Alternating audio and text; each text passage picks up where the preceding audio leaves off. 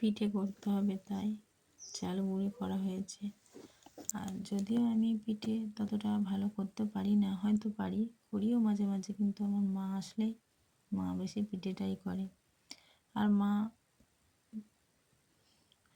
মানে ওনার পদ্ধতিতেই করে। এখন আমাদের অনেক কিছুই আছে, ব্রাশ নিয়ে ওগুলো ব্যবহার করে না, উনি ওনার মতোই করে পিঠে করে। আর এমনিতে উনুনে উনি পিঠে করতে বেশি ভালোবাসে, গ্যাস থাকলে উনি গ্যাসে করতে চায় না। যাই হোক, পিঠের জন্য প্রস্তুতি হচ্ছে। আমি পারি হয়তো, কিন্তু অতটা ভালো পারি না, তাই মা আসলে মা বেশি করে, আমি থাকি সঙ্গে, সহযোগিতা করি যতটুকুনি পারি করি। এই যে আমার বাবা করছে, আমি এদিকে করছি, আমার মা করছে পিঠে, আর আমার সোনাটা ওখানে খুব দুষ্টুমি করছে। এই যে এখানে আমাদের চিতি পিঠে মা করছে, বা সরু চগলি যে যাই বলে, আমরা চিতি পিঠে বা সরু চগলি বলি।